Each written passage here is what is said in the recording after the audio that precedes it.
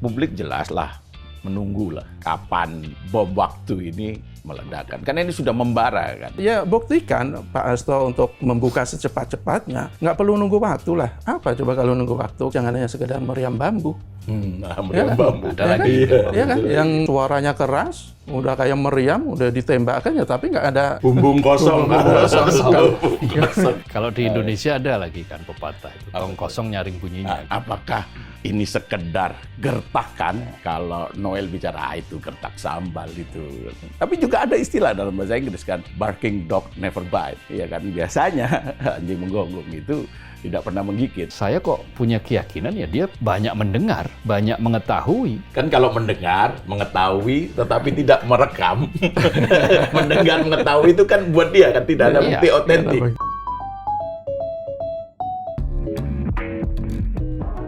Halo Sobat Media Indonesia, salam sehat dan selalu semangat.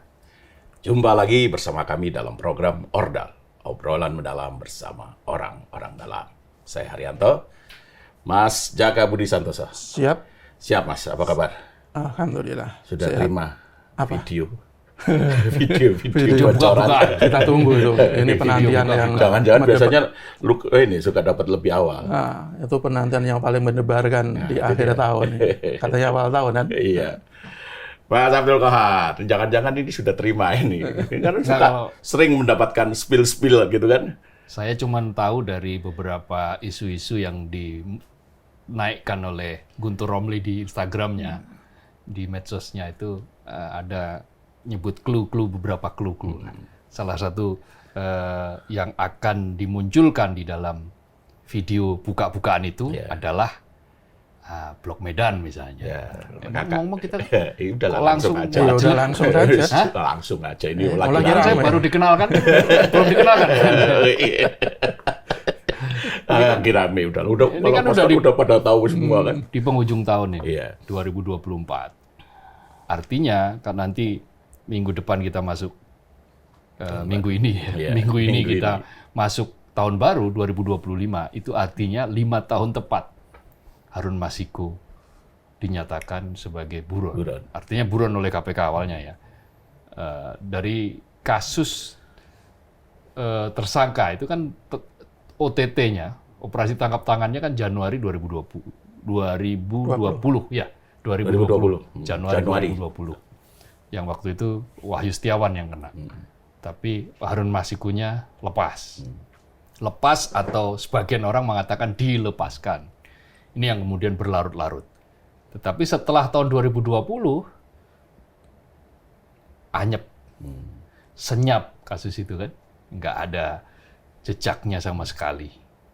Baru kemudian di 2023 di penghujung pemerintahan Jokowi, Presiden Jokowi, kasus itu menghangat kembali, terungkap kembali seiring dengan perbedaan arah politik, berseberangnya jalan antara Presiden Jokowi waktu itu dan partai yang membesarkannya, yaitu PDIP.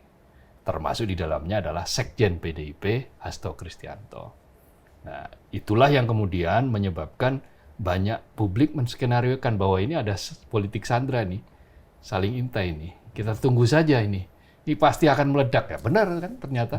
Meledak yang pertama adalah Hasto dijadikan tersangka. Sebelum dijadikan tersangka kan dia ada di Siniar ya. Ya. Siniar itu podcast kan. Di podcastnya Akbar Faisal itu bersama dengan Koni Rahakundini itu sudah menyatakan berbagai macam temuan, bukan temuan ya, apa yang dia lihat, apa yang dia saksikan, apa yang dia dengar terkait dengan drama politik yang terjadi di Republik ini. Dan dia menyatakan bahwa saya akan ditersangkakan. Waktu itu kan dia bilang, tidak apa-apa. Tujuannya kan supaya saya tidak berhenti untuk berkata kritis, berteriak kritis. Saya tetap akan berteriak. Nah, ternyata dia betul-betul ditersangkakan. Tinggal menunggu komisioner ganti, dia tersangkakan. Waktu itu yang dia sampaikan kan sejumlah hal. Pertama misalnya terkait dengan Anies Baswedan. Terkait dengan Anies Baswedan. Upaya kriminalisasi. Upaya kriminalisasi Anies Baswedan dalam kasus Formula E. Kemudian dan dia mengatakan bahwa saya mendengar sendiri itu bahwa ada perintah agar Anies diterungku, kira-kira begitulah, dijadikan tersangka untuk kasus Formula E yang katanya bukti-buktinya tidak sepenuhnya cukup untuk mentersangkakan orang, kan gitu. Lalu ada lagi disebut-sebut Blok Medan. Berbagai kasus Blok Medan itu kakak beradik itu ya. Ya, Blok Medan kan mengacu pada pengakuan di pengadilan kan. Ya. Sudah ada pengakuan di pengadilan bahwa dalam kasus Gubernur Maluku Utara, Abdul Ghani Kasubah, itu ada pengakuan bahwa Blok Medan itu mengacu kepada Kahiyang, istrinya dari Bobi Nasution. Dan di situ konteksnya adalah permintaan izin usaha pertambangan kan di Maluku Utara. Izin yang mestinya secara aturan itu tidak bisa, lalu kemudian menjadi bisa. Atau izin usaha pertambangan yang mestinya pertambangannya itu masih harus dilihat lagi secara AMDAL ya, tapi kemudian tanpa harus dilihat secara AMDAL terbit. Kira-kira begitu konstruksi yang disebutkan di pengadilan. Nah dari situ lahirlah kemudian istilah Blok Medan. Ini juga yang menjadi clue yang akan diungkapkan oleh Hasto melalui video-video yang oleh Koni Rahakundini sudah dibawa ke Rusia. Dokumennya dibawa ke Rusia. Dinotariskan di Rusia. Itu artinya kan ada distrust yang luar biasa dari Hasto terhadap penegak hukum di Republik ini. Kenapa distrust? Ya karena dia melihat bahwa kalau dokumen ini tidak dinotariskannya di Rusia dan di Indonesia, dia merasa tidak aman. Bahwa siapa yang menggaransi bahwa dokumen saya akan aman? Tetapi apakah betul itu dokumen itu merupakan dokumen yang maha penting sehingga harus dinotariskan di Rusia nun jauh di sana? Ya tentu saja publik masih menunggu. Selama belum ada video yang muncul ya, meskipun sudah dikasih clue-clue, tapi kalau tidak ada hal yang baru begitu, hal yang baru yang terkait dengan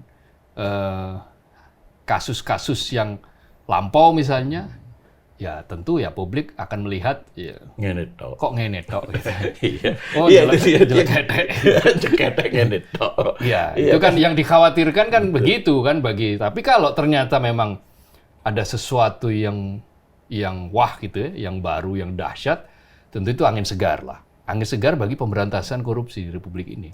Karena memang siapapun yang melakukan kejahatan korupsi, apapun jabatannya, siapapun dia, keluarga siapapun dia juga, itu ya harusnya tidak ada tebang pilih, ya harus diselisih. Nah itu yang hendak disampaikan oleh Hasto. Gitu. Ya baik juru bicara PDIP Guntur Romli maupun Koni Rahakundini itu kan sama-sama menyebut bahwa menganalogikan lah ini akan menjadi bom waktu yang akan mengubah konstelasi politik di Indonesia. Ya, bom waktu yang memiliki daya ledak luar biasa. Ini yang menjadi pertanyaan, kapan bom waktu ini meledak? Ya kan? Apakah ini sekedar gertakan? Ya, kalau Noel bicara itu gertak sambal itu. Tapi juga ada istilah dalam bahasa Inggris kan, barking dog never bite kan? Iya kan, biasanya anjing menggonggong itu tidak pernah menggigit. Nah, kalau kita artikan kan gertakan itu biasanya ya tidak ada realisasinya gitu. Nah, tentu publik akan berharap menunggu ini. Kalau di Indonesia ada lagi kan pepatah itu, tong kosong nyaring bunyinya. Tong kosong nyaring bunyinya. Kalau biasanya kalau bunyinya nyaring, kalau tong itu kalau dipukul, kalau dia ada isinya itu nggak nyaring. Nah, itu dia. Tapi begitu dia kosong atau separuh lah, atau sepertiga isinya, itu pasti nyaring, dong gitu. Berisik malah nih. Supaya tidak ada istilah barking dog never bite, terus kemudian tong kosong nyaring bunyinya, kan publik berharap bahwa ini segera dibumikan atau segera diledakkan kan. Gimana Mas? Oh iya, tapi begini, menurut saya sih kalau saya sih seneng-seneng saja kalau nanti itu betul bahwa Pak Hasto itu punya katanya data-data yang luar biasa yang bisa mengubah konstelasi politik kita, dan benar kalau tadi Mas Ar bilang apa, anjing menggonggong apa tadi? Ya, barking dog never bite. Kalau Mas itu aja, kalau menurut saya Pak Hasto itu jangan hanya sekedar meriam bambu. Meriam bambu. Ada lagi. Iya kan? Yang Suaranya. suaranya keras, udah kayak meriam, udah ditembakkan ya, tapi nggak ada Bumbung kosong. Kalau dulu ini namanya long bumbung. Iya, Long betul. bumbung. Jadi gini ya buktikan Pak Hasto untuk membuka secepat-cepatnya, nggak perlu nunggu waktu lah. Apa coba kalau nunggu waktu? Kalau menunggu lama-lama, jadi publik juga mungkin akhirnya menduga ini hanya sekedar untuk tawar-menawar. Itu kan yang tidak kita inginkan kan. Jangan-jangan kan juga ada juga pertanyaan publik, kenapa baru sekarang? Kalau memang punya data dari dulu, kenapa tidak dari dulu diungkap? Apa karena dulu Pak Hasto atau PDIP atau yang lain itu masih berada di lingkaran kekuasaan? Apakah karena ini hanya karena dia sakit hati kemudian ingin membuka apa yang dia punya? Itu kan rakyat butuh bukti bahwa Pak Hasto itu benar-benar ingin punya kontribusi untuk memberantas korupsi di negara kita. Jadi ya secepatnya dibuka, tidak usah menunggu lama-lama, tidak usah dengan clue-clue yang semestinya ya tidak tidak terus disuarakan begitu saja, tetapi harus betul-betul dibuktikan. Ya caranya apa ya, buka lah. Apa tadi katanya Bu Kony itu katanya ada kakak beradik, itu siapa? Yeah. Kemudian katanya ada kan beredar tuh yang dia katanya dari Rusia nyebut-nyebut juga Erlangga Hartarto. Itu kasus apa? Kemudian juga soal kriminalisasi Anies Baswedan itu apa? Konkretnya seperti apa? Karena kalau itu benar-benar bisa dibuktikan, ada indikasi-indikasi kuat, itu ada konsekuensi hukum bagi para pelaku. Yeah. Kriminalisasi Pak Anies misalnya, kalau itu betul terbukti, itu Pak Jokowi itu bisa dipidana karena dia menyalahgunakan kekuasaan. Kemudian juga soal kakak beradik itu, kalau itu betul ya, itu rakyat betul-betul akan berterima kasih kepada Pak Hasto, meskipun kita juga tidak bisa kemudian menerima begitu saja bahwa Pak Hasto itu adalah seorang pahlawan. Karena bagaimanapun dia kan harus menghadapi juga kasusnya. Kasusnya juga kasus korupsi. Lepaskan apakah itu tidak berdampak pada kerugian negara, tapi kan definisinya itu kan masuk rumpun-rumpun korupsi. Jadi menurut saya Pak Hasto hadapi kasusnya dengan kesatria, dengan gentle, dengan gagah berani. Di lain sisi dia buka-bukaan terhadap apa yang dia ketahui. Kalau itu yang dilakukan, saya yakin rakyat akan memberikan apresiasi ke Pak Hasto. Tetapi kalau kemudian dia hanya bersuara, dia katanya punya bukti, tetapi ujung-ujungnya ya nggak ada apa-apanya, akhirnya publik akan semakin punya persepsi negatif terhadap dia. Yeah. Dan inilah menurut saya kesempatan Pak Hasto untuk menebus kesalahannya karena dia diduga melakukan korupsi dalam kasus Harun Masiku, dengan membuka seterang-terangnya, dengan memberikan bukti-bukti yang kuat kepada aparat penegak hukum kasus-kasus korupsi yang katanya melibatkan para petinggi yang sekarang masih berkuasa dan mantan para pejabat yang sudah tidak berkuasa. Kalau itu yang dilakukan, itu saya pikir dia layak lah kita angkat ke topi tinggi-tinggi pada Pak Hasto. Iya, karena kalau tidak disebutkan, akhirnya kan muncul berbagai macam spekulasi, kan? Tebak-tebak buah manggis gitu. Meskipun ada juga nama yang sudah disampaikan, yang tadi soal Pak Erlangga. Tapi kakak beradik itu siapa? Kasus ada juga yang melibatkan petinggi hukum untuk menyelesaikan persoalan pribadi. Kan? Itu kan satu hal yang kemudian memicu publik untuk berpikir macam-macam. Wah, iki si kui. Nah, sampai kapan hal seperti ini terjadi gitu loh? Ya sampai ketika hasrat politik itu takluk oleh hukum. Takluk oleh upaya-upaya hukum. Karena selama ini hasrat politik itu mampu menjebol dinding hukum. Jadi dinding hukum itu diporak-porandakan, hukum itu menjadi rapuh, hukum tidak lagi tegak lurus, doyong ke kanan, doyong ke kiri, sesuai dengan tarikan-tarikan politik. Maka itu terjadi ya karena salah satunya ini. Karena tekanan politik itu diberi angin karena sandera politik diberi angin, karena politik yang mengintai itu diberi angin untuk mengintervensi hukum. Nah, ini adalah pembuktian.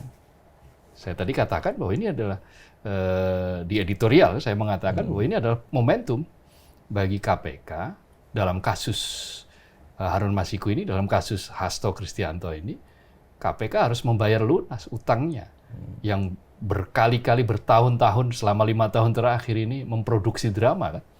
Memproduksi drama katanya Harun Masiku ada di titik ini, di koordinat ini. Sudah disampaikan di depan DPR. Sudah terdeteksi, tinggal tangkap. Bisa saja seminggu nanti akan ditangkap. Tapi seminggu lewat, sebulan lewat, setahun kemudian juga nggak ketangkep-ketangkep. Nah, hal-hal semacam ini memberi ruang. Sampai kemudian tembok hukum itu kembali kokoh.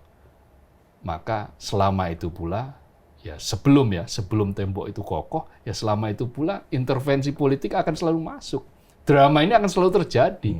Nanti ada orang siapa lagi yang dia punya kasus hukum, kemudian dijadikan tersangka, lalu kemudian dia mengancam mengeluarkan dinamit atau bom waktu, bisa saja. Tetapi itu akan bagus sebetulnya. Buka-bukaan itu bagus bagi proses pemberantasan korupsi. Kan ada istilah whistleblower. Whistleblower. Dan itu menjadi sangat penting karena dialah yang merasakan, dialah yang berada dalam lingkaran itu. Nah, tetapi ini dalam konteks whistleblower dalam kasus apa? Dalam kasus politik, dalam kasus memperdagangkan pengaruh, bisa saja. Karena kan bagaimanapun kan Hasto adalah sekjen PDIP, partai di mana kekuasaan waktu itu disangga oleh partai terbesar ini. Dan Hasto sebagai sekjennya yang seringkali juga ikut rapat-rapat kan, ikut pertemuan-pertemuan. Maka bisa saja dia dalam tanda kutip menjadi whistleblower, tapi betul-betul ditiup itu peluit itu. Jangan dipegang aja. Sambil ditunjukkan ke pemain, nih peluit nih, awas nih. Awas nih, peluit nih saya tiup nih. Sebentar lagi. Tapi ternyata kok nggak ditiup-tiup. Nah, mudah-mudahan ini katanya kan, kata Guntur Romli kan sebentar lagi. Di dalam wawancara dia di Primetime News Metro TV itu kan, Guntur mengatakan ya sebentar lagi. Tetapi kan di situ kan alasannya clear. Jujur Guntur mengatakan bahwa ya ini terpaksa disampaikan, diledakkan video ini karena Pak Hasto ditersangkakan dengan cara yang politis, lebih dominan politis. Bukan kasus hukum, ini kasus politis, kan katanya begitu. Jadi melawan intervensi politik, tuduhan intervensi politik, ya dengan drama politik, dengan kartu-kartu, apakah itu kartu truf, kartu as. Bagi KPK kan dia ya nothing tulus, wong KPK komisionernya baru. Nah, dia tidak ada kaitan dengan komisioner-komisioner yang lama. Karena dia komisioner baru ya tenang-tenang saja kan, seperti penjelasan juru bicara KPK itu kan di editorial Media Indonesia itu kan ketika Mas Jaka sebagai pembedahnya itu yang sudah ditonton oleh narasumber ini pembedah editorial. Bukan, waktu itu kan kebetulan pas bedah tentang Hasto kan, dan dua-duanya membedah tentang Harun Masiku. Mungkin kalau akan supaya pemirsa Ordal ini mungkin nanti bisa ditayangkan juga itu yang pernyataan jubirnya KPK di editorial itu. Ya, saya pikir ini menunjukkan bahwa KPK tetap bekerja ya, walaupun banyak sekali opini publik yang menganggap KPK ini tidak memiliki niatan untuk menyelesaikan perkara ini. Memang ada pandangan kenapa kok tidak dilakukan pada saat kegiatan tangkap tangan di awal Januari tahun 2020. Di KPK ini kita memiliki mekanisme dalam menetapkan tersangka itu ujungnya adalah forum expose, di mana di dalam forum expose itu tim penyelidik, tim penyidik, tim jaksa penuntut umum, struktural penindakan sampai dengan 5 pimpinan itu berada di dalam satu ruangan dan membahas semua bukti-bukti yang ada, keterangan saksi dan lain-lain, dan di situ akan diputuskan mana yang terbaik, tentunya berdasarkan fakta hukum ya. Dan pada saat itu diputuskan untuk tersangka-tersangka lain terlebih dahulu untuk dinaikkan sebagai tersangka. Nah, dalam perjalanannya penyidik menemukan bukti-bukti tambahan, sebagaimana yang kita juga ketahui di beberapa kesempatan adanya pemeriksaan saksi, adanya penggeledahan yang dilakukan oleh penyidik, penyitaan barang bukti elektronik dan dokumen, sehingga ini membuat penyidik memiliki keyakinan yang kuat kalau penasihat hukum dari Bapak HK ini menggunakan istilah term beyond reasonable doubt.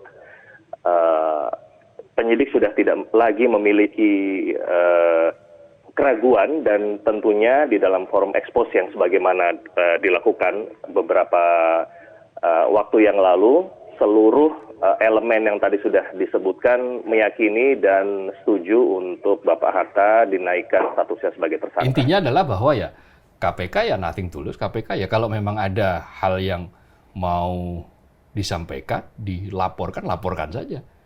Dan kami tentu saja, kami maksudnya KPK, melakukan segala sesuatunya sudah berdasarkan alat bukti yang cukup. Nah, minimal 2 alat bukti kan begitu. Nah, apakah betul 2 alat bukti itu terjadi? Ya waktu yang akan menjawab nanti. Pengadilan nanti yang akan menjadi jawabannya. Di pengadilan itu akan seperti apa? Betulkah bahwa Hasto itu layak ditersangkakan karena dia merintangi penyelidikan, membiarkan Harun Masiku lari, memberikan kesempatan misalnya, siapa saja yang terlibat di situ, betulkah bahwa kasus di PT IKA itu murni karena inisiatif Hasto, atau memang ada hal-hal yang lain, atau betul-betul memang Hasto tidak terlibat. Nah itu semua akan dibuktikan di pengadilan. Nah, adu bukti di situ antara KPK dan Hasto. Nah, begitu juga ketika nanti misalnya Hasto ingin menyebut bahwa KPK bermain api. KPK tidak tegak lurus. Maksudnya tidak tegak lurus pada hukum pemberantasan korupsi, tapi dia doyong kepada pesanan-pesanan tertentu. Nah, betulkah? Nah, ini juga kesempatan. Ya. Kesempatan bagi KPK untuk apa? Untuk menunjukkan bahwa apa yang dilakukan KPK, mengapa lama prosesnya, karena memang betul-betul harus cermat misalnya, harus hati-hati. Nah, postulatnya harus jelas, argumentasinya juga harus jelas gitu loh. Apa yang menjadi dalih, apa yang menjadi dasar, mengapa baru sekarang juga harus jelas. Gitu. Jadi adu argumen itu bagus, dan kemudian buka-bukaan itu juga lebih bagus lagi, karena proses pemberantasan korupsi kita memang membutuhkan itu. Iya kan, konstruksi ditersangkakannya Hasto ini kan banyak orang berspekulasi bahwa ini karena merenggangnya hubungan antara Pak Jokowi dengan PDIP, dengan Bu Mega juga, gitu. Sehingga KPK langsung tancap gas lah, gitu. Karena sebelum-sebelumnya kan memang hubungan mereka ya anak dan ibu kan. Iya kan. Ya pokoknya ini kan nggak salah publik mengira begitu, karena kan waktunya sangat berdekatan dengan pemecatan kan. Itu dia. Pemecatan keluarga itu. Kan. Apalagi sebelumnya kan Pak Jokowi kan memviralkan yang dia door gitu kan. Itu dia. Yang, itu kan memberikan kayak semacam sinyal lah gitu. Dan KPK yang saat ini juga kan dibentuk ketika masanya Pak Jokowi. Kan?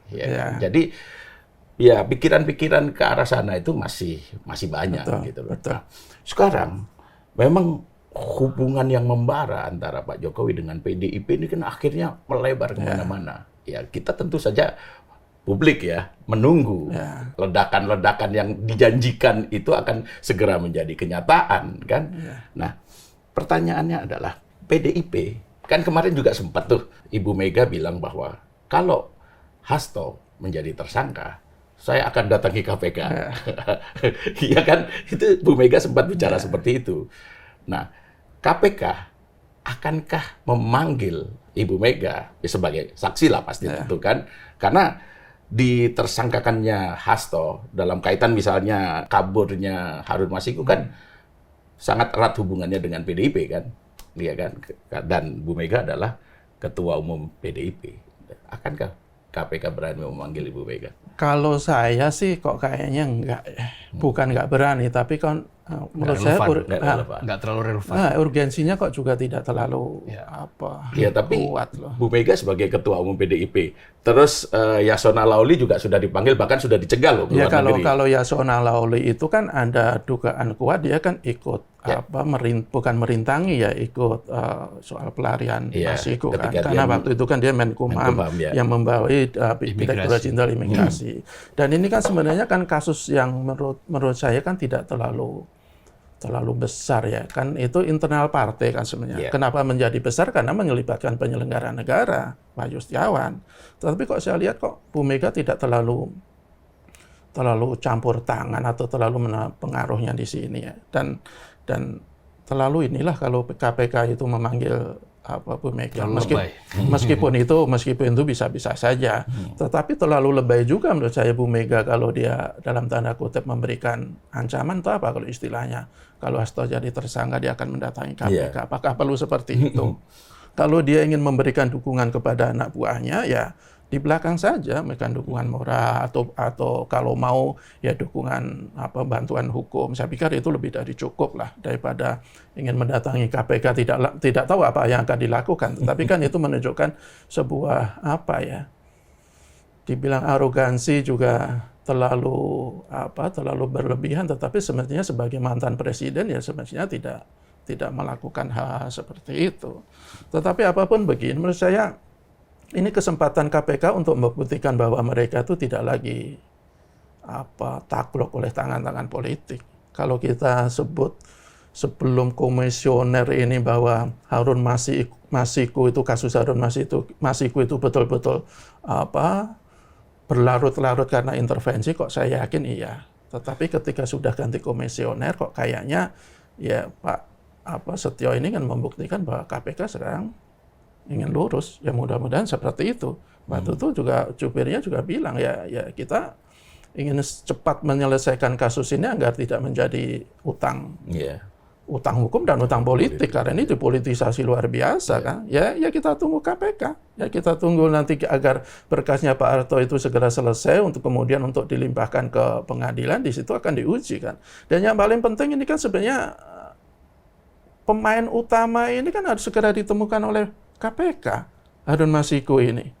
Ya kalau dikatakan Pak Hasto itu kan bukan pemain utama, meskipun diduga juga perannya juga cukup besar. Ya ditemukan dong Pak Harun Masiku itu. Apakah dia masih, mudah-mudahan sih masih ada. Ya segera ditemukan sehingga semuanya selesai. Utangnya yang ditanggung oleh KPK itu segera lunas, karena kalau Harun Masiku belum ditangkap itu utangnya tidak lunas meskipun Pak Hasto sudah dijadikan tersangka. Jadi kita tunggu pembuktian dari KPK.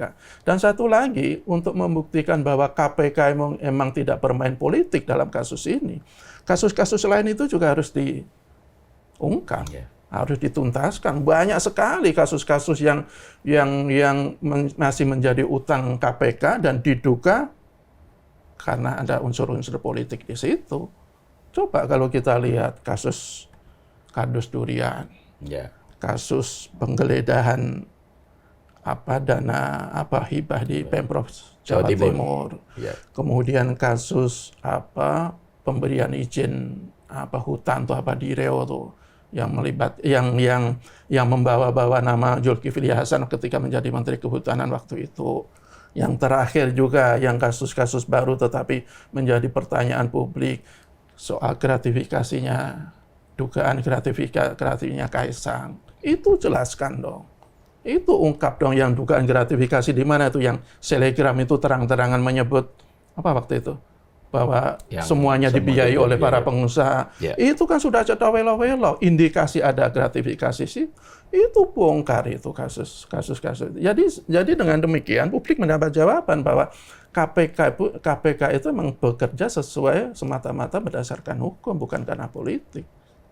Dan kasus-kasus yang terindikasi politik, kalau bisa dituntaskan oleh KPK, saya pikir publik akan semakin percaya bahwa KPK itu benar-benar bisa menjadi tumpuan pemberantasan korupsi. Seperti kasus Harun Masiku, yang kasusnya dari nilai kerugian negara tidak ada, tetapi besar karena melibatkan partai besar, karena sangat terindikasi unsur-unsur politis saja bisa dibuka, sekarang ya kasus-kasus lain juga dibuka dong. Sehingga KPK tidak tebang pilih, KPK tidak lagi takluk pada intervensi kekuasaan. Apakah ada intervensi kekuasaan sebelumnya? Ya buktinya, Pak Agus Raharja waktu itu bilang kan, dia terang-terangan dipanggil oleh Pak Jokowi untuk menghentikan kasusnya Setia Novanto. Itu jadi dugaan-dugaan bahwa saat itu kekuasaan itu mengintervensi hukum, melakukan tangan-tangan politik untuk mengendalikan tangan-tangan hukum, ya itu harus segera diakhiri. Caranya apa? Buktikan KPK tidak takluk oleh siapapun, tidak menurut, tidak bersujud di kaki kekuasaan siapapun. Jadi itu yang kita harapkan. Apalagi dalam dokumen yang disampaikan oleh baik Bu Kony maupun Guntur Romli kan sudah menyebut pejabat tinggi negara dan mantan pejabat tinggi kan yang melakukan korupsi. Dan itu kan harus betul-betul diungkap. Supaya apa? Supaya tidak terjadi spekulasi macam-macam gitu loh, supaya segera dibuktikan.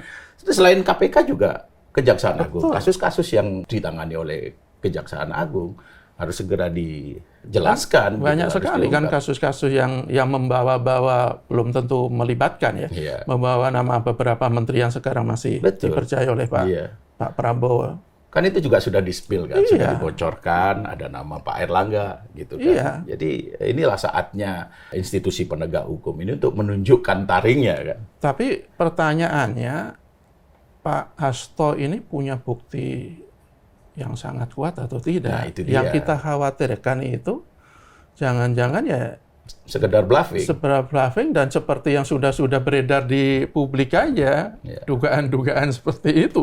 Ya kalau itu yang terjadi ya saya yakin penegak hukum tidak akan bertindak. Orang yang buktinya jauh lebih kuat aja banyak juga penegak hukum yang diem-diem saja kok. Ya kita tunggu nanti Pak Hasto. Mudah-mudahan dia tidak hanya sekedar omong-omong. Kalau keyakinannya Mas Kohar seperti apa nih Mas? Apakah betul Pak Hasto ini memiliki dokumen yang otentik, yang betul-betul menunjukkan terjadi hal-hal yang menyimpang lah?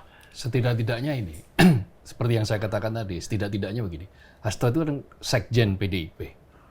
Dan sekjen ini kan berkali-kali diajak untuk berbicara secara terbatas begitu ya.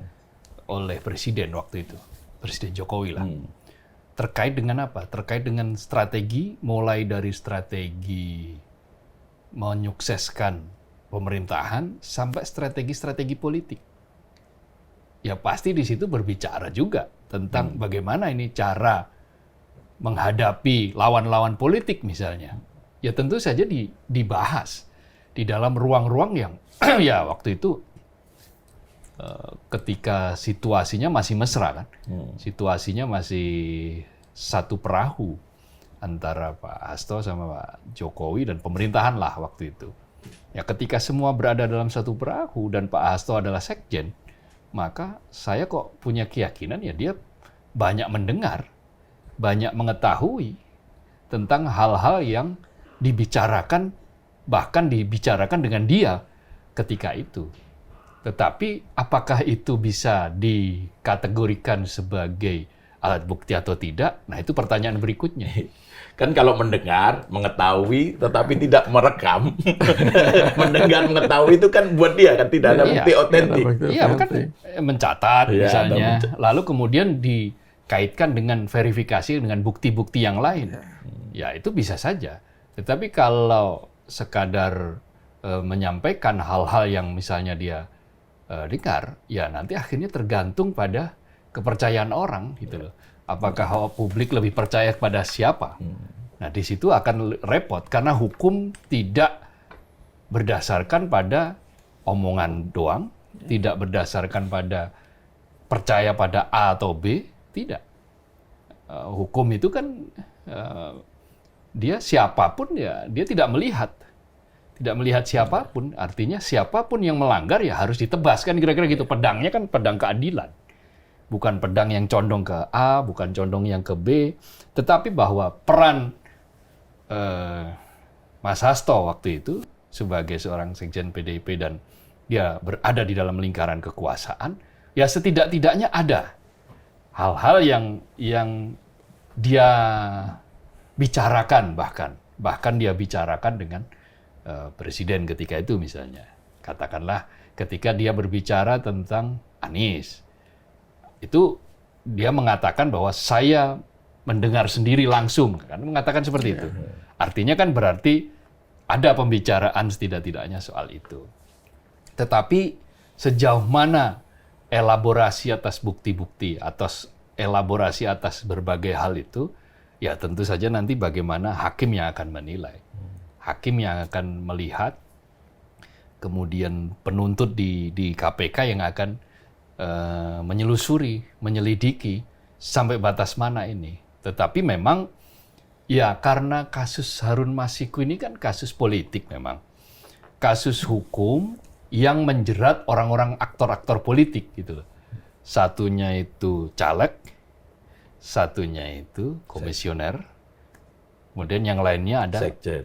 kaitannya dengan partai. Apakah itu sekjen atau itu anggota partai gitu ya. Nah, kan ini awalnya dari terpilihnya Kimas ya, namanya Nasaruddin Kimas di Sumatera Selatan. Kok dilalah pemilu 2019, dia yang terpilih dari dapil itu, dia wafat. Lalu kalau di dalam aturan undang-undang kan harusnya memang yang suara terbanyak kedua. Karena waktu itu hanya satu kan yang terpilih, dari PDIP hanya satu, Nasaruddin Kimas. Yang nomor 2 itu yang sekarang, yang kemudian ya, bukan sekarang, yang 2019 kemudian menggantikan Nasaruddin Kimas. Tapi kemudian DPP berupaya untuk menaikkan Harun Masiku yang notabene dia peringkatnya peringkat 6. Peringkat suaranya peringkat 6. Nah, dia mau dikatrol menjadi langsung menggantikan itu. PAW ya. Nah, PAW. Nah, dalam rangka upaya itulah kemudian tertangkaplah itu Wahyu Setiawan, komisioner KPU ketika itu, yang menurut vonis pengadilan dia terbukti sah dan meyakinkan menerima suap untuk mengupayakan agar aturan itu bisa dibelokkan, kan kira-kira begitu. Aturan yang mestinya tidak harus dibelokkan. Waktu itu bahkan sudah meminta fatwa dari Mahkamah Agung kan. Dan disampaikan itu kan fatwa itu bahwa dalam logika DPP partai PDIP waktu itu, bahwa pergantian antara waktu itu menjadi domainnya partai politik, bukan domain yang lain. Karena itu partai politiklah yang punya hak untuk menentukan. Tetapi undang-undang kan berkata lain. Undang-undang yang berlaku saat itu adalah bahwa ya apabila calon terpilih mengundurkan diri, meninggal dunia, pokoknya nggak bisa lah istilahnya gitu, nggak bisa dilantik, maka penggantinya adalah suara terbanyak di bawahnya, kedua. Mengapa begitu? Karena asas yang berlaku dalam pemilu adalah proporsional terbuka. Artinya ya di caleg itu ada daftar tidak berdasarkan nomor urut. Nomor 10 sekalipun, kalau dia suaranya terbanyak ya dia menjadi nomor 1 kan gitu. Urutannya begitu. Kalau dia batal karena dia meninggal, maka penggantinya adalah yang di bawahnya. Nah, Harun Masiku ini nomor 6 ya, nomor 5. Perolehan suaranya nomor 6 ya. Nomor 6. Jauh sekali. Nah, itulah yang awal mula kan kasus ini kan. Masuklah kemudian berbagai macam skenario, tetapi kemudian Harun Masiku lepas. Kalau menurut mantan penyidik KPK yang waktu itu terlibat di dalam perburuan Harun Masiku kan sebetulnya mereka itu sudah ketahui. Harun Masiku waktu itu sudah tahu. Diketahui lah keberadaannya di mana, tapi kemudian ketika mau ditangkap, ada perintah dari KPK, dari internal KPK untuk tidak usah dikejar dulu, kita lihat momentumnya dulu, dan seterusnya dan seterusnya. Nah, inilah yang kemudian ditafsirkan oleh berbagai kalangan sebagai bentuk intervensi. Tapi ya itu semua nanti akan dibuktikan di pengadilan. Karena itu ya ditunggu aja buka-bukaannya Hasto ini, plus ditunggu proses di pengadilan seperti apa. Kan gitu. Nah ini kan publik jelas lah menunggu lah ini kapan bom waktu ini meledak. Karena ini sudah membara kan. Nah yang jadi pertanyaan, sampai sekarang kan belum ada nih suara dari Pak Prabowo, ya kan? Memang kemarin beliau mengumpulkan pimpinan partai koalisi ya, Kim Plus ya, itu dikumpulkan di Kertanegara. Nah, apakah itu memang terkait dengan dinamika politik yang membara belakangan ini atau ada soal lain? Nah, sikap Pak Prabowo untuk menghadapi hal seperti sekarang ini seperti apa? Ya kalau dari Mensesnek ya, itu kan dia bilang, itu kan dia bilang ya kalau ada buka saja. Ya itu normatif lah. Tetapi yang pasti begini ya, kita berharap Pak Prabowo itu betul-betul memberikan sebuah teladan sebagai seorang presiden yang tidak benar-benar tidak campur tangan soal hukum. Kalau kemudian nanti malah kalau Pak Prabowo itu kalau berkali-kali dia bilang kan apalah ingin memberantas korupsi kan menjadi bagian dari cita untuk diberantas menjadi prioritas. Ya justru meminta Pak Hasto itu untuk buka-bukaan. Seharusnya seperti itu. Jadi Pak Hasto juga merasa punya dukungan moral dari seorang presiden sehingga benar-benar memberikan bukti-bukti yang sudah ada, mudah-mudahan ada bukti ya.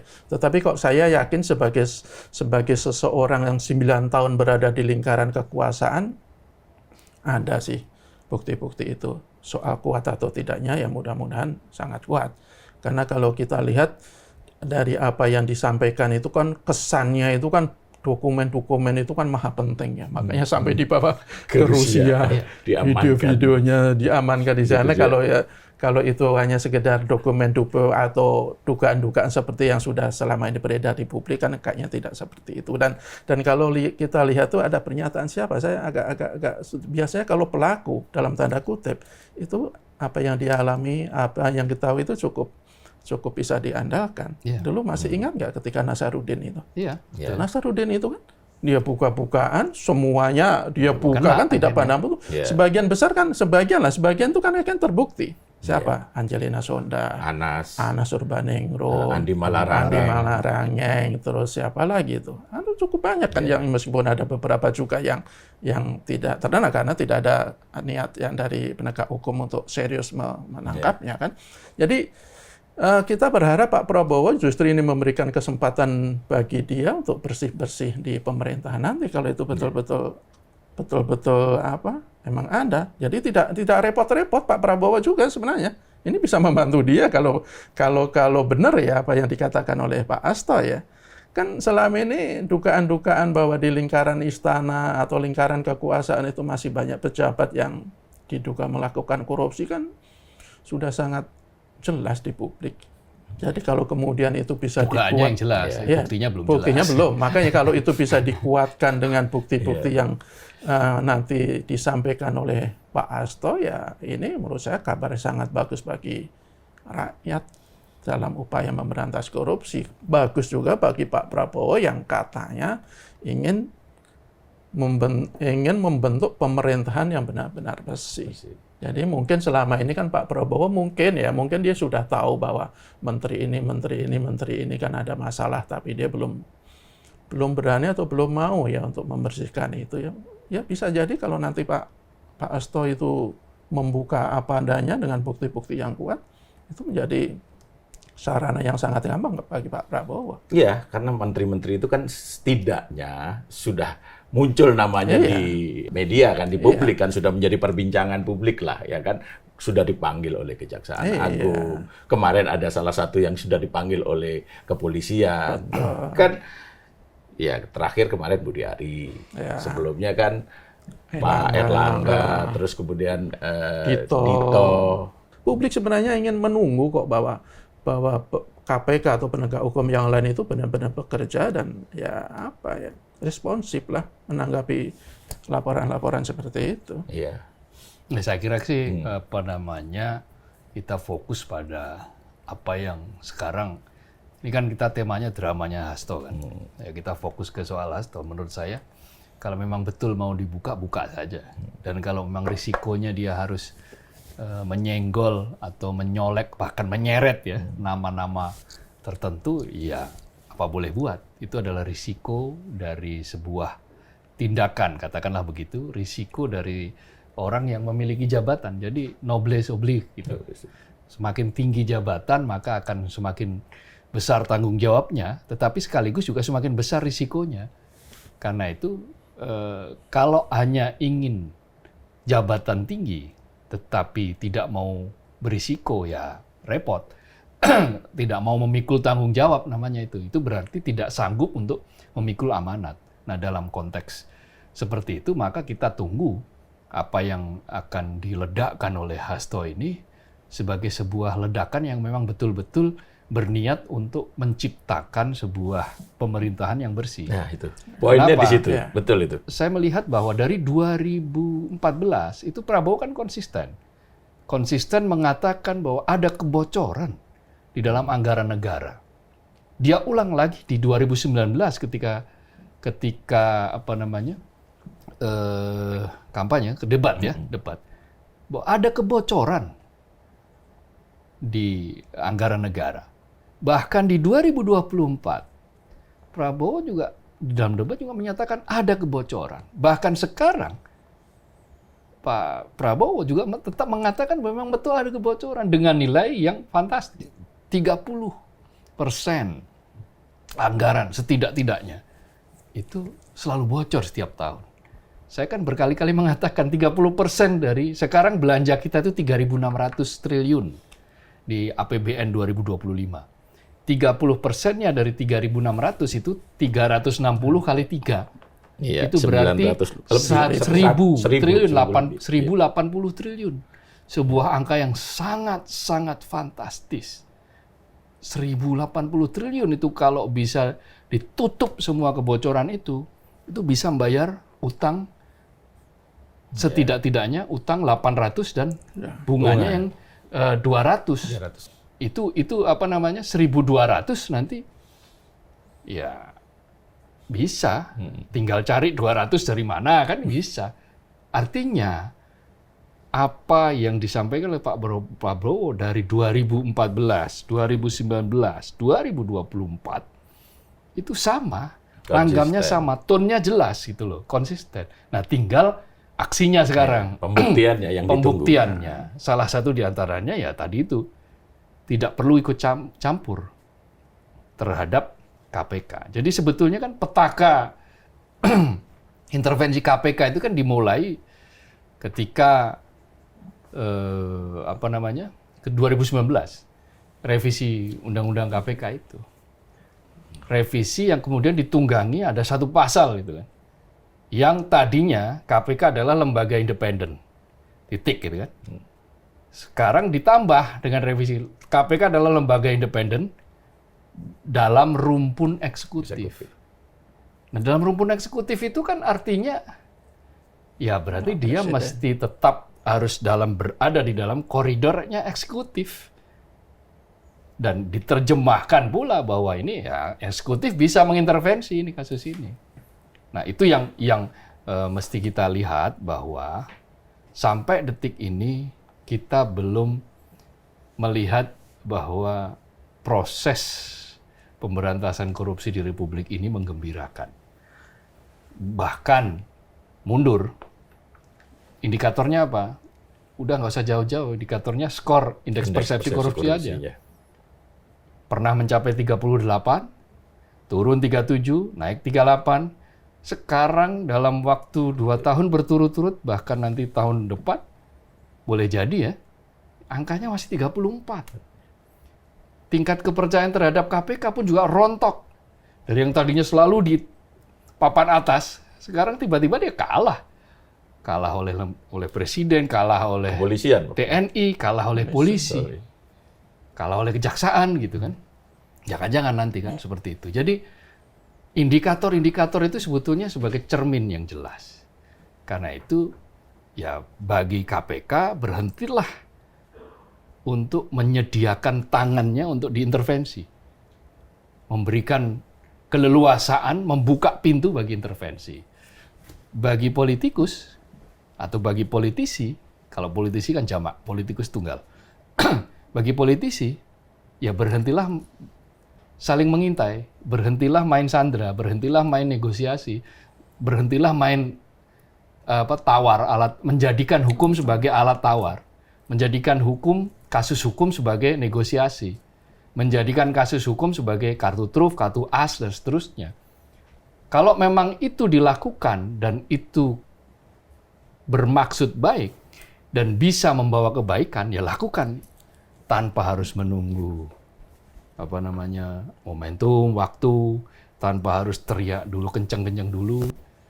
Ya kalau memang saatnya sekarang, ya sekarang, tunggu apa lagi gitu. Apa tunggu misalnya nanti kasusnya berbelok arah, ya itu makin makin nggak karu-karuan ini pemberantasan Republik ini. Dan sekarang ini kesempatan KPK ya dengan komisioner yang baru ini untuk membuktikan bahwa KPK ini lembaga yang tidak bisa diintervensi oleh siapapun, termasuk oleh penguasa, gitu loh.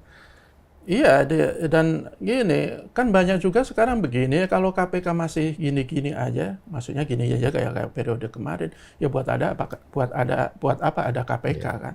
Dengan anggaran yang begitu besar, tetapi penindakan hukumnya tidak terlalu optimal, bahkan mempermainkan kasus-kasus karena urusan politik, ya mendingan KPK sudah, negara tuh fokus saja membesarkan kejaksaan, membesarkan kepolisian. Dengan catatan KPK masih seperti kemarin. Tetapi kalau KPK mau berubah, KPK mau kembali kepada semangatnya yang luar biasa dulu dalam memberantas korupsi, ya kita sangat mendukung. Tapi apa mungkin kalau selama KPK masih di bawah rumpun eksekutif? Enggak, sebenarnya ini sekali lagi tergantung pucuk pimpinan negeri kita kok. Kalau umpamanya Pak Prabowo itu komitmen dengan janji-janjinya, komitmen dengan sumpahnya untuk menjadikan korupsi itu sebagai musuh nomor satu yang harus segera diberantas, ya jangan sekali-sekali melakukan intervensi ke KPK. Kalau Presiden tidak melakukan intervensi, saya yakin politikus-politikus lain, elit-elit lain juga berpikir ulang untuk melakukan intervensi. Jadi mungkin banyak yang menganggap kok Presiden, iya Presiden itu pemimpin tertinggi kita. Dia yang harus memberikan contoh bagaimana penegakan hukum di negara itu berjalan di rel yang semestinya. Kalau Presiden sudah ikut campur tangan dalam urusan penegakan hukum, ya sampai kapanpun penegakan hukum tidak akan menghasilkan keadilan, tidak menghasilkan track record-nya Pak Prabowo kan dia ketika kader Gerindra ya diterungku oleh KPK kan dia juga tidak melakukan pembelaan apapun. Menteri Edi Prabowo dulu. Edi Prabowo kan juga akhirnya tetap aja di penjara, padahal Pak Prabowo waktu itu juga sedang berada di dalam kabinet loh, sebagai Menteri Pertahanan. Jadi sejarah bagus itu ya saya setidak-tidaknya masih berharap ya sejarah bagus itu diteruskan gitu loh. Jadi wong kader sendiri saja ketika melakukan korupsi tidak dibela, apalagi kalau menyangkut orang di luar kader gitu. Jadi intinya adalah ketika kekuasaan mampu menjaga diri untuk tidak terlalu memberikan atau bahkan tidak mengintervensi hukum, lalu aparat penegak hukum tegak lurus, tidak mau ditarik-tarik, dan juga tidak bermain-main, ditambah lagi misalnya dengan politikus itu akhirnya nanti tidak, ya namanya politikus kan memang berupaya untuk menggunakan berbagai cara supaya dia selamat, tetapi ketika batas-batas tertentu dia tidak lagi melakukan upaya-upaya yang memaksakan diri, maka ada harapan bahwa pemberantasan korupsi akan menemukan murwahnya kembali, gitu, akan menemukan geloranya kembali, gairahnya kembali, gitu. Dan gini, dokumen ya momentum bongkar-bongkar yang disampaikan oleh Hasto ini harus dijadikan titik untuk membersihkan segala macam yang terkait dengan pelanggaran, terkait dengan korupsi terkait dengan upaya-upaya untuk menjadikan institusi penegak hukum sebagai instrumen gitu loh. Ya, ini kan sebenarnya perlawanan dari seorang Hasto ya. Kalau banyak juga yang menganggap ini serangan balik setelah dia diserang lah oleh yang katanya dari pihak-pihak yang menginginkan kekuasaan 3 periode segala macam itu kan. Itu kalau saya pribadi sih senang dengan perlawanan yang dilakukan oleh Pak Hasto ini. Tetapi perlawanan yang betul-betul melawan. Yeah. Yang betul-betul disiapkan dengan sangat serius, dengan bukti-bukti yang sangat kuat, sehingga nanti pihak-pihak yang selama ini bebas melenggang karena ada payung kekuasaan bisa ditindak dengan semestinya. Kalau dulu kan, ya sampai sekarang juga masih ada istilah tiji tibeh. Iya, mati siji, mati kabeh. Mungkin Pak Hasto menganut prinsip itu. Tiji tibeh itu kan pertama kali kan semangat yang diin oleh Pangeran Sambernyo lah, Mangkunegara pertama. Dia ingin memompa semangat pengikutnya lah dalam melawan penjajah kan. Tiji tibeh, mati siji, mati kabeh, mati satu, mati semua, mukti satu, mukti semua. Jadi ini mungkin yang ingin dilakukan Pak Hasto. Ya bagus-bagus saja. Bahasa Maduranya Tompes Kelor. Tompes Kelor. Jadi dengan semangat itu mudah-mudahan ya betul bahwa Pak Hasto punya bukti yang sangat kuat agar mereka yang selama itu hanya menikmati muktinya. Kalau mereka tuh melakukan pelanggaran kekuasaan, melakukan korupsi ya ikut mati juga dalam tanda kutip ya mati ya. Jadi ini kesempatan bagi Pak Hasto, meskipun kita juga tidak menafikan dugaan keterkaitannya dalam kasus korupsi Harun Masiku, tapi kesempatan dia untuk menunjukkan bahwa ya memang banyak harus yang dikoreksi di pemerintahan Pak Prabowo, sehingga di tengah kesalahan yang diduga dia lakukan, paling tidak dia memberikan kontribusi lah bagi penegakan korupsi. Meskipun terlambat, meskipun kenapa tidak dilakukan saat PDIP itu masih berkuasa, menurut saya ya udah itu masa lampau lah. Tapi kan masa depan jangan sampai Pak Hasto itu cuma hanya sekedar bluffing, jangan hanya sekedar ingin menekan, jangan hanya sekedar menjadikan kasus ini sebagai alat tawar-menawar, tapi ini murni bagi dia untuk berkontribusi, berperan dalam memberantas korupsi. Oke, cukup ya? Cukup ya, saya kira cukup ya. Baik, Sobat Media Indonesia, jadi yang ditunggu oleh publik adalah bukti-bukti otentik itu harus segera diledakkan. Supaya apa? Supaya tidak ada omongan bahwa ini sekadar kertak sambal. Gitu. Atau mungkin nanti ledakannya pas tahun baru. Ya ini 1 hari lagi kita tahun baru. Yang lain petasan, ini ledakannya mungkin lebih tenang. Ledakan kasus. Ya kita tunggu, publik menunggu pada umumnya. Baik, terima kasih. Semoga bermanfaat.